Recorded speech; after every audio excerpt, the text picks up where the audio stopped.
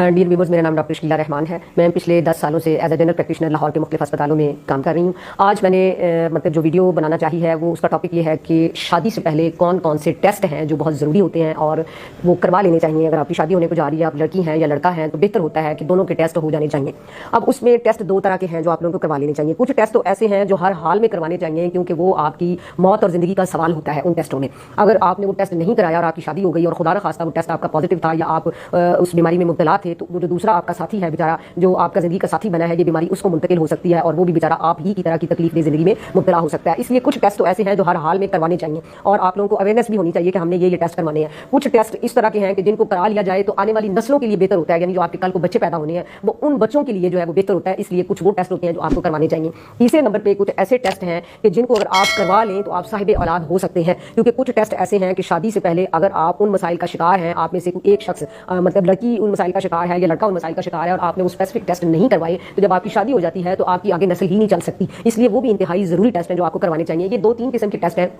جو میں نے آج مناسب سمجھا کہ میں اپنے ویورز کو، میں اپنے آڈینس کو جو وقتاً فوقتاً میری ویڈیوز جو ہے مرہم.com پہ ان کے یوٹیوب چینل کے اوپر دیکھتے رہتے ہیں، ان تک یہ میرا میسج کنوے ہو کہ یہ ٹیسٹ جو آنے والی ہماری بچے ہیں جنہوں نے شادیاں کرنی ہیں ان کو پتہ ہونا چاہیے کہ شادی سے پہلے یہ ضروری ٹیسٹ ہیں، یہ ہم کروائیں. تو سب سے پہلے جو جان لیوا بیماریاں ہیں ان کے ٹیسٹ، جس میں HIV، جس کو عام لفظوں میں ایڈز کہا جاتا ہے، یہ ایک انتہائی ضروری ٹیسٹ ہے HIV کا، جو لڑکے کو اور لڑکی کو دونوں کو کروانا چاہیے شادی سے پہلے، تاکہ آپ لوگوں کو پتہ چل سکے کہ خدا نخواستہ یہ HIV کا جو وائرس ہے یہ آپ کے خون کے اندر، آپ کے جسم کے اندر موجود نہیں ہے. پہلے نمبر پہ. دوسرے نمبر پہ جو آپ ظاہر آپ کی شادی ہو رہی ہے، اب آپ نے کیا کرنا ہے کہ آپ نے آگے ایک نسل کو جنم دینا ہے اور آپ نے اپنی آگے زندگی لے کے چلنی ہے. تو جو دوسرا انپورٹنٹ ٹیسٹ ہے وہ ہے انفرٹیلٹی کے کچھ ٹیسٹ، کہ بچی جو ہے، لڑکی جو ہے، آیا کہ یہ آسانی کے ساتھ ماں بن سکتی ہے، اس کی انڈے دانیاں جس کو ہم اووریز کہتے ہیں، اس کی بچے دانی جس کو ہم یوٹرس کہتے ہیں اپنی زبان میں، ان کے اندر کچھ ایسے مسائل تو نہیں ہیں کہ بچی جو ہے وہ شادی کے سال 1.5 سال بعد ماں بننے کے اہل نہیں ہے. تو یہ ٹیسٹ جو ہے وہ بھی کرا لینے چاہیے. کچھ ہارمونل ٹیسٹ ہوتے ہیں بچیوں کے جو ہم ریکمینڈ کرتے ہیں کہ شادی سے پہلے ہو جائیں. اسی طرح بچوں کا ایک سیمن انالیسس، لڑکوں کا بڑا انپورٹنٹ ٹیسٹ ہوتا ہے جو آپ یقین کریں 10-12 سالوں سے میں ڈاکٹری کر رہی ہوں، میرے پاس انفرٹیلٹی کے کیسز آتے ہیں. انفرٹائل شادی کو 6 سال ہو گئے، 7 سال ہو گئے، 8 سال ہو گئے، بلکہ میں بڑی حیران ہوں. آج میرے پاس ایک ایسا کیس آیا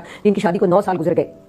بچی کی انہوں نے 9 سالوں سے وہ مختلف ڈاکٹروں سے دوائیاں لیتے پھر رہے تھے، لیکن لڑکے کا ایک بنیادی ٹیسٹ شادی سے پہلے تو درکنار، شادی کو 9 سال گزر گئے تو وہ ٹیسٹ انہوں نے نہیں کرایا. میں نے ان کو ریکمینڈ کیا وہ ٹیسٹ، اس کا رزلٹ آیا تو آئی واز شاکڈ. ایزوسپرمیا، سیمن انالیسس میں سپرم آ ہی نہیں رہے تھے، 0% نیل سپرم تھے، یعنی بچہ بنانے کی اہلیت سرے سے موجود ہی نہیں تھی اس بچے میں. تو یہ تو میں آپ لوگوں کو اپنا تجربہ بتا رہی ہوں نا، جو میں ڈیورنگ اپنی جو ہے پریکٹس میں دیکھتی ہوں. تو یہ جو سیمن انالیسس ہے بچوں میں، مردوں کا جو ٹیسٹ ہے، اس میں ہم چیک کرتے ہیں کہ ان کے اندر سپرم جو ہے نارمل جتنے ہونے چاہیے وہ ہیں. پھر ہم یہ دیکھتے ہیں کہ سپرم کی کوالٹی بہتر ہے یا نہیں. کچھ سپرمز کی ٹیل نہیں ہوتی، کچھ کا ہیڈ نہیں ہوتا، کچھ جو ہے وہ سلگش موٹائل ہوتے ہیں، کچھ اموٹائل ہوتے ہیں، کچھ ڈیڈ سپرم ہوتے ہیں. تو شادی سے پہلے اگر یہ ٹیسٹ کرا لیا جائے تو یہ بھی ایک بہترین چیز ہو جاتی ہے لڑکا اور لڑکی دونوں کے لیے، کہ مرد کو بھی مطلب وہ اپنے آپ کو بہتر محسوس کرتا ہے کہ میں مطلب باپ بننے کے اہل ہوں اور میرے اندر ایسی کوئی خامی نہیں ہے کہ جو باپ بننے میں دقت یا مشقت کی طرف مجھے لے جائے. تو یہ ہے انفرٹیلٹی کے کچھ ٹیسٹ. یعنی تیسرے نمبر پہ انسان کی ذات کو کچھ بیماریاں جو خاوند اپنی بیوی کو ٹرانسفر کر سکتا ہے، جو میں مناسب سمجھتی ہوں کہ شادی سے پہلے یہ ٹیسٹ بچے اور بچی دونوں کے ہونے چاہیے، میل کے بھی اور فیمیل کے. وہ کچھ ایسی بیماریاں جن کو ہم سیکشل ٹرانسمیٹڈ ڈیزیز STDs کہتے ہیں، جس میں ہمارے پاس گونوکوکل ایک انفیکشن ہے، گنوریا جس کو ہم کہتے ہیں، سفلس ایک انفیکشن ہے.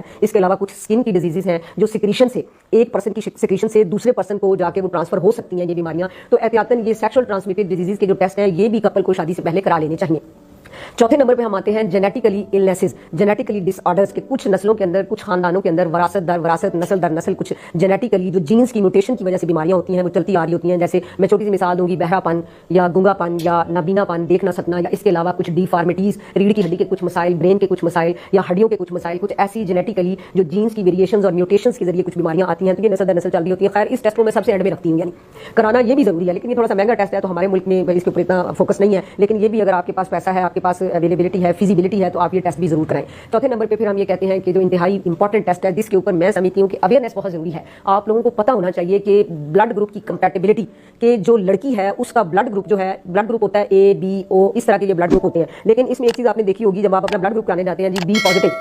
A positive, B negative, A negative, O positive یا O نیگیٹو، تو یہ پازیٹیو اور نیگیٹو جو ہے یہ کیا بلا ہے ذہن میں آتا ہے انسان کی. تو اصل جو مسئلہ ہے وہ اس پازیٹیو اور نیگیٹو کا ہے. تو لڑکے اور لڑکی کا، اس کو ہم RH فیکٹر کہتے ہیں. RH فیکٹر جو ہے وہ مسٹ ہمیں پتہ ہونا چاہیے کہ لڑکی کا RH فیکٹر پازیٹیو ہے یا RH فیکٹر نیگیٹو ہے. کیونکہ ایک ایسا کپل جس میں لڑکی کا RH فیکٹر نیگیٹو ہے اور لڑکے کا RH فیکٹر پازیٹیو ہے، جب ان کی شادی ہو جاتی ہے تو ان کو اللہ کے فضل و کرم سے جب حمل ہوتا ہے، بچہ پیدا ہونے والا ہوتا ہے،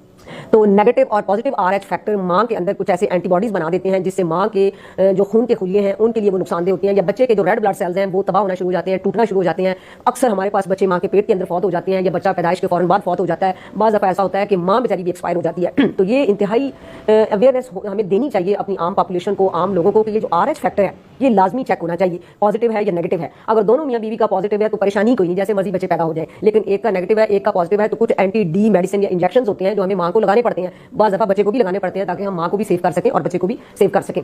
لیکن ہمارے ہاں اس ٹیسٹ کی کوئی ویلیو نہیں ہے، کوئی اویئرنیس نہیں ہے۔ ہوتا کیا ہے، میں نے اپنی پریکٹس میں دیکھا ہے، مائیں RH نیگیٹو ہیں، فادر RH پازیٹیو ہیں، وہ جب حاملہ ہوتی ہیں تو بیچاری پہلا بچہ مر گیا، دوسرا مر گیا، تیسرا مر گیا۔ ایک خاتون کو میں جانتی ہوں پچھلے دنوں 8 بچے اس کے مر گئے، اور اس اللہ کی بندی کو یہ تک نہیں پتہ چلا کہ RH فیکٹر دونوں میاں بیوی کا کمپیٹیبل نہیں ہے، میچ نہیں کر رہا۔ تو عام لفظوں میں پھر ہماری جو گھریلو خواتین ہیں وہ کہتی ہیں جی 18 کی بیماری ہے جی، یہ پیچھے بچے نہیں لگتے جی، ایک بچہ پیدا ہوا وہ مر گیا، دوسرا مر گیا۔ یہ نہیں دیکھنا کہ کاز آف ڈیتھ کیا ہے بچے کی، وہ تو RH فیکٹر نکل رہا ہوتا ہے کیونکہ ماں اور باپ دونوں کا مل ہی نہیں رہا ہوتا، جس کی وجہ سے آنے والے بچے کے لیے مسئلہ ہوتا ہے۔ تو اس پہ زیادہ میں بولی بھی اس لیے ہوں کہ یہ آپ سب کو پتہ ہونا چاہیے، اور جو بندہ یہ ویڈیو سنے کائنڈلی اس کو آپ آگے لوگوں تک بھی پہنچائیں، یہ ایک صدقہ بھی ہے اور لوگوں کے لیے آسانی بھی ہوگی۔ RH فیکٹر کے بعد جو پھر ہم لاسٹ میں دیکھتے ہیں